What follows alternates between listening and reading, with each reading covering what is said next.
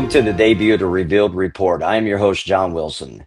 Here on the Revealed Report, we will talk about the things the mainstream media refuses to talk about. And we will also talk about things sometimes good conservative voices shy away from as well. You see, because we are not ashamed to talk about God, and neither are we ashamed to name his name. That name is Jesus Christ. Because we believe that America was built on biblical Christian principles. And because of that, we became the greatest, most prosperous nation. Because when a nation remembers the Lord as their God, they shall become prosperous and blessed. But any nation that forgets her God shall be turned into hell.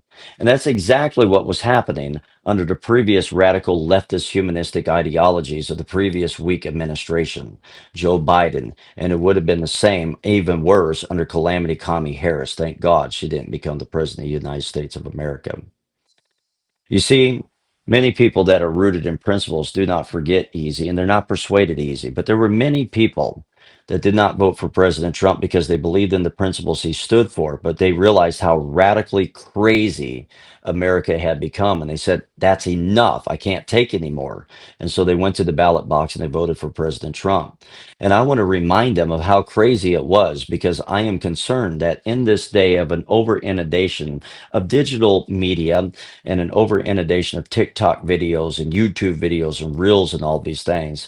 Short term memory is great while long term memory is being destroyed. People often forget what happened 4 years ago. And sometimes the pendulum swings back dangerously the other direction, and many will vote back into office the things they ran from. And so, here on the Revealed Report, we want to deal with the daily headlines. We also want to remind you of how crazy it was and how we need to keep God in the center of all of it. Let me remind you that when America drifts away from God into humanistic leftist ideology, we do not get peace, prosperity, and liberty. Rather, what we get is chaos, confusion, calamity, and CNN. Can I remind you of how radically crazy it was under the previous administration? Let's talk about the COVID madness. Anybody remember Dr. Flip Flop Fauci? I mean, the guy flipped more times than a pancake. Just pour syrup on the dude. Wear a mask. Don't wear a mask. Wear multiple masks. And then he looks like Darth Vader on CNN telling us to trust the science, which, by the way, he was redefining the definition of science, which is exactly what the radical left does. They always redefine the language. They redefine what a boy is, what a girl is, what marriage is, because by redefining the language, they can control the culture and shift it into their radical Marxist ideology. I mean, it is ironic, though, that the whole human race fell because Satan redefined the language to Eve. I mean, it does seem like there's a correlation between Satan and, I don't know, modern Democrats. You see, Dr. Flip Flop Fauci wanted to redefine the definition of what science is. No longer did he want you to believe that science was science, but rather he wanted you to believe that he was the science. And you better trust him or you might kill grandma. And you trust him by putting masks on your kids and closing down schools and closing down middle class businesses, wrecking their lives, closing down churches while allowing BLM and Antifa to riot on the street, burn down cities. Don't worry though. According to CNN, they're mostly peaceful protesters. Stealing a Louis Vuitton purse in the name of some false social justice push because the mainstream media propagated a lie to throw fuel on racial tension to try to tear our country down and use them as what Marx would call useful idiots in the street to try to commit a color revolution in our country like we have done in many other countries where we heat things up in the street and allow some radical leftist Marxist politician to come and say, we're the answer of peace and we're going to bring stability back to the country. And they pushed that and they said, well, still in a Louis Vuitton purse, that is expression, but don't go to your church and sing because that is dangerous. Churches were closed down while liquor stores remained open because, I mean, who knew that vodka could cure viruses? The radical left wanted to trans the kids, wanted to teach them LBGT2Q plus or whatever the acronyms are. They wanted to give them drag queen story hour and make them social justice warriors when schools finally did open back up. And matter of fact, the only reason many parents understood that this was taking place, which was taking place before that, is because now they were online learning because they couldn't go back to school. What about the Afghanistan debacle when we let billions of dollars of military equipment in the hands of the Taliban? I mean, we basically turned terrorists into the best armed goodwill shoppers in history. What about Benghazi under Barack Obama and Hillary Clinton? They want us to forget, but we're not going to. And when weak leaders are in office, then you have nations that think that they can push the boundaries. And that's exactly what happened when Putin invaded Ukraine. And now Joe Biden, a weak president, invited invasion. And our tax dollars, well, they went overseas faster than Amazon Prime. The only difference is Amazon actually delivers on its product. Thank God President Trump is there now trying to broker a deal between Russia and Ukraine. Could you imagine if Calamity Kami Harris was in office? What about the Hawaii and California wildfires? Where's the help of FEMA? Where is Gavin Newsom helping his state? I mean, nothing says that they're going to keep you protected better and rebuild your city and your state better than I don't know, pushing diversity training. Because what's going to really protect you is having PowerPoints on how to use pronouns. What about how the radical left wanted to push the Great Reset, stakeholder capitalism, and ESG scoring?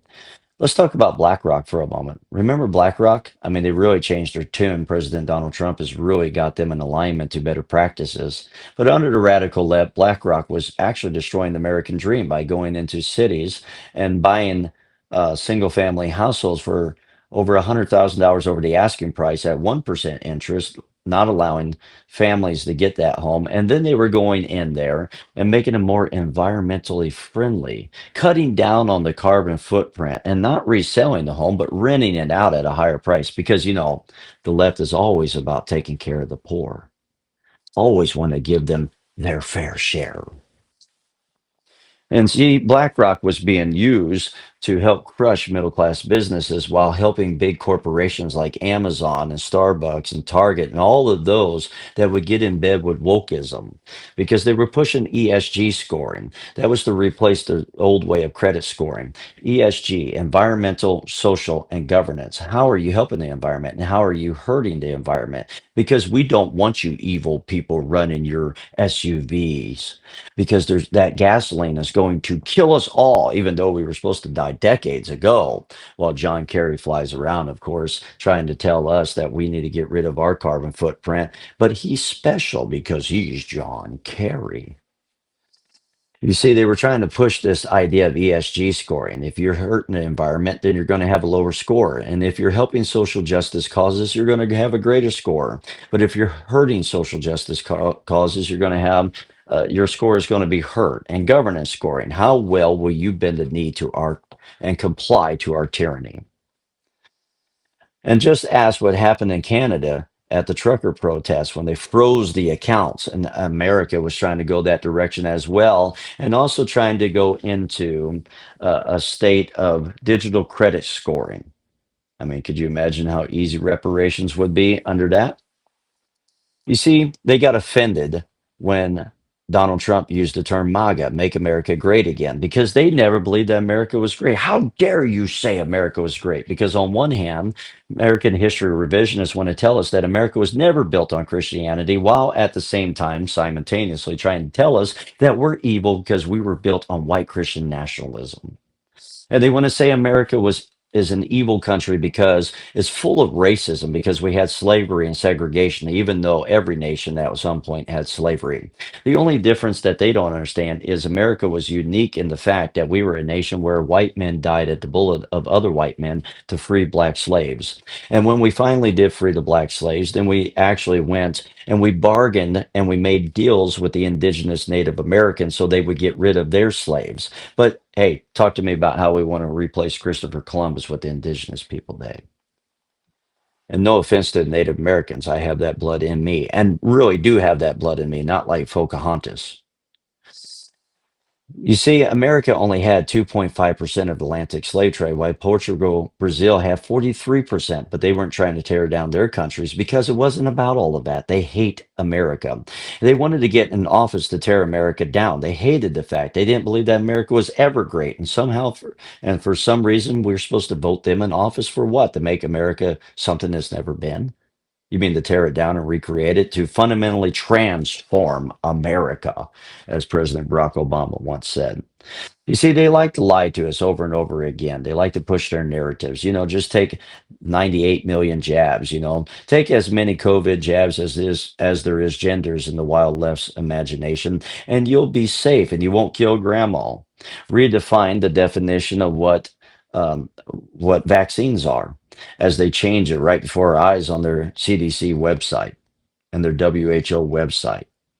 They wanted to lie about Hunter's laptop. You can call it Russian disinformation, which affected the election. And now it's more real than Hunter himself, it seems like. And last I checked, Hunter's in another scandal involving, well, let's just say he wasn't in Bible study. You see, the radical left are election deniers. They denied President Trump's first election. Hillary Clinton said that the Russians colluded, and then they had a fake and phony dossier to try to go against their political enemy, while claiming that's exactly what Trump is going to do. And while they denied the election of 2016, and Stacey Abrams is still out there denying elections, and her and Georgia and Hillary Clinton still denying the 2016 election, they wanted to demonize us for questioning the 2020 election. You see, the radical left is always claiming that we're doing what they're doing, that our motives are their motives. And it's amazing because Time magazine even put out a piece that said how there was a shadow campaign that saved the 2020 election. But never mind all of that. You see, conspiracy theory usually becomes conspiracy fact in about 8 months.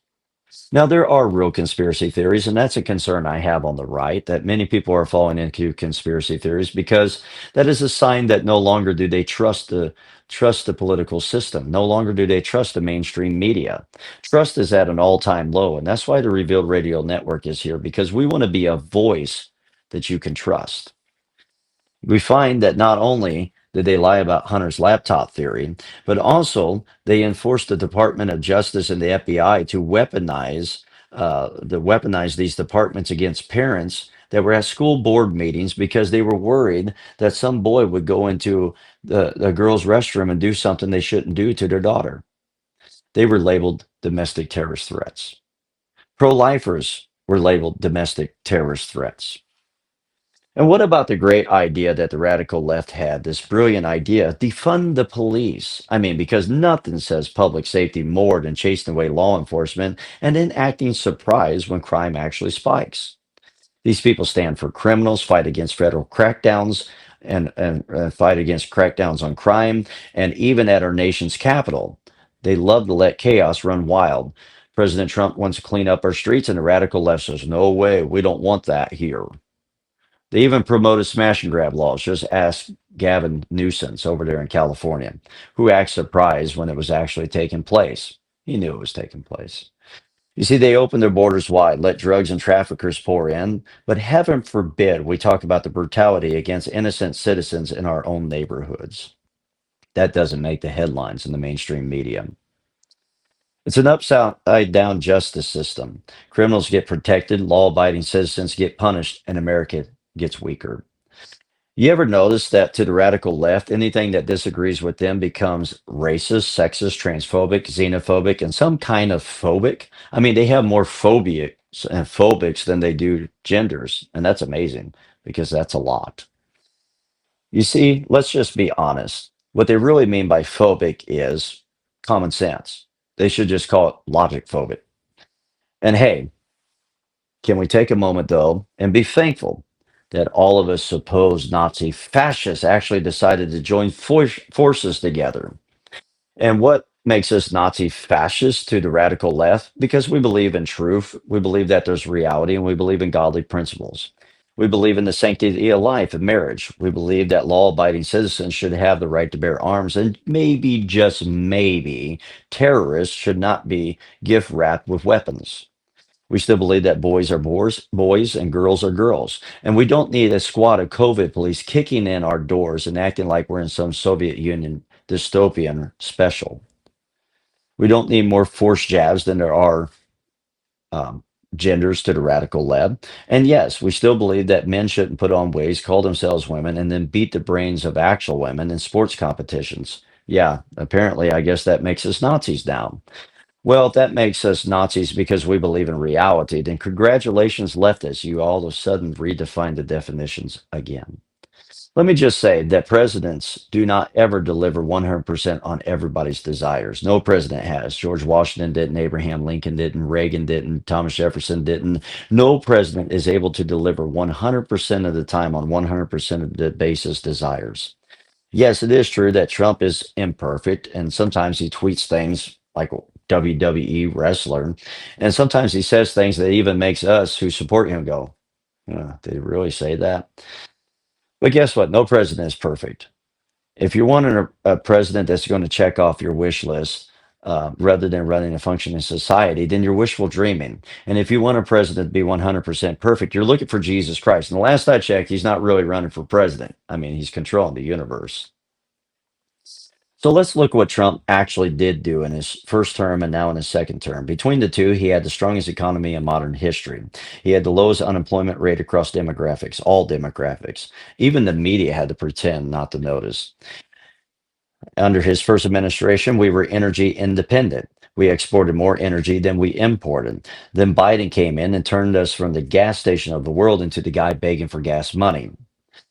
He appointed judges, over 300, including Supreme Court justices, who helped overturn Roe v. Wade. And if the radical left really wants to talk about genocide, since they're all talking about genocide in Israel, let's talk about the real genocide. How about the genocide of babies? And let me remind you that a party that does not believe in the right of life will not believe in any of your rights. And that's why they were willing to trample on it during the COVID madness. What about Trump's Abraham Accords, peace deals in the Middle East? And that wasn't done with kumbaya circles. That was done through strength through peace, or peace through strength. Sorry. This is why I shouldn't record so late at night. And he did much more than that. So when people say, well, Trump didn't do everything I wanted, well, ask the question, if we were in office, would we be 100% perfect? You see, we oftentimes expect perfection. The reason why many want to demonize America and say we were never great is because we were not perfect. But no nation is perfect. No country is perfect. No leader is perfect. And no people are perfect. And those that want to claim they're perfect, they're just lying hypocrites. None of us are perfect. All of us would make mistakes if we were in leadership. But I thank God that Trump is there. I thank God he's trying to do the right things. I thank God he's trying to turn our nation back on the right course. You see, in America, here's the bottom line. We must never forget the chaos and destruction of the left. Don't be fooled and don't fall asleep. And don't think that the enemy's gone away forever. There's some people that believe that we totally crushed the other side. They're never coming back. I've heard this over and over again through the years. People begin to be rocked to sleep and they think everything is okay. We never have to worry again. But let me tell you, the enemy doesn't go away forever. He goes away for seasons. And if we're not reminded of what the radical left was and what they will become again, and they'll be coming back with a vengeance, then we're fooling ourselves and we're thinking that everything's going to be okay until we wake up one day and it's not. This has happened time and time again. That's why I'm calling out to the audience and saying we must not just stand up and then sit back down. We must continually stand for what's right. We don't need the radical left to divide the base and get us bickering with one another and squabbling about things that, yes, they are important, but in the grand scheme of things, it's a whole lot better than having Calamity Commie Harrises. It's a whole lot better than having J.B. Pritzkers, and it's a whole lot better than having Gavin Newsences. We need to be reminded that a roadmap is prayer. Trump may lead politically, but we really need Jesus Christ's hand on this. And let me say this before we wrap up today's foundation setting episode. This program isn't just about looking back. It's not about just looking back at what was wrong back then. It's also about looking forward and bringing clarity to the chaos that we sometimes experience. Every day, America is bombarded with the headlines, some true, some twisted, and some so ridiculous you think the Babylon Bee actually wrote it. Maybe sometimes it gets so bad you think Jon Stewart wrote it. That's where the Revealed Report steps in. On this show, we're going to break down the daily news headlines, cutting through the noise and spin, provide political clarity so you understand what's really happening in Washington and beyond, provide cultural clarity so we don't lose our way in what becomes madness at times, provide emotional clarity, reminding you not to live in fear, but in faith, provide spiritual clarity because without God's truth, none of this actually makes sense. And yes, logical clarity, because common sense isn't so common anymore, and somebody has to try to bring it back. So, moving forward, each episode will feature a dive into the day's biggest headlines, giving you truth you can trust and insight rooted in God's word and America's founding principles. This is not just another podcast or radio show. This is a voice of truth for this generation. This is the Revealed Report. And I want to say thank you for tuning in and embarking with us on this journey. I want to remind you that truth still matters. America is still worth fighting for, and Jesus Christ must still be first. God bless you. God bless America. And may your news diet include less lies and more truth. Thank you for tuning in.